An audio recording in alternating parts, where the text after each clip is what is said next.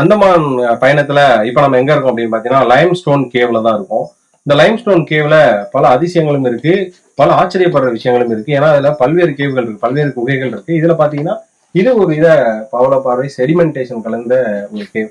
இது உருவான விதம், இது வந்து எப்படி இங்க இருக்கு, எப்படி மனிதர்களால கையாளப்படுது அப்படின்னு சொல்லி பல விஷயங்கள் சொல்றாங்க.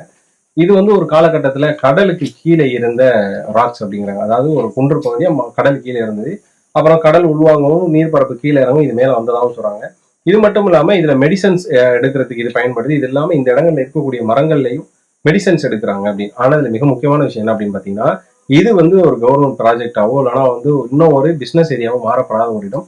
அதனால இயற்கை வளத்தை பாதுகாக்கிறதுக்கு இங்க ரொம்பவே முற்படுறாங்க. இங்க இருக்க காவல்துறையா இருக்கட்டும், இங்க இருக்கக்கூடிய அரசு அதிகாரிகளா இருக்கட்டும், அதிக அளவுல ரோந்து பணிகளில் ஈடுபட்டு இங்க நடக்கக்கூடிய ஸ்மக்லிங்ஸ், அதுக்கப்புறம் இந்த போதைப் பொருள் கடத்தல், தங்கம் கடத்தல், இது மாதிரியான விஷயங்களையும் இல்லீகல் ஆக்டிவிட்டி சந்தேகப்படுற மாதிரி இருக்கக்கூடிய எல்லா விஷயங்களையும் நோட் பண்ணி அதை ஒரு பக்கம் ஃப்ரீஸ் பண்றதாகவும் சொல்றாங்க. ஒரு பக்கம் லைம்ஸ்டோன் உள்ள போய் பார்க்க பார்க்க நிறைய விஷயங்கள் ஆச்சரியப்படுற மாதிரி இருக்கு. இதுல மிக முக்கியமா என்ன சொல்லணும் அப்படின்னா, இங்க சுற்றுலா வரக்கூடிய பயணிகள் வந்து நிறைய பேர் இந்த லைம்ஸ்டோன் மேல கை வைக்கிறதுனால உயிரோட இருக்கக்கூடிய இந்த ஸ்டோன்ஸ் வந்து இறந்து போறதாகவும் சொல்றாங்க. அதுவும் கொஞ்சம் ஆச்சரியப்படுற விதமா இருக்கு. உயிரோட இருக்கக்கூடிய ஸ்டோன்ஸ் வந்து கிளிட்டர்ஸ், அதாவது மின்னுது பாக்குறதுக்கு நல்லா. ஆனா இறந்து போன அந்த பாறைகள்லாம் பாத்தீங்க அப்படின்னா ஒரு பக்கம் அப்படியே இறந்து போனது அப்படியே தெரியுது.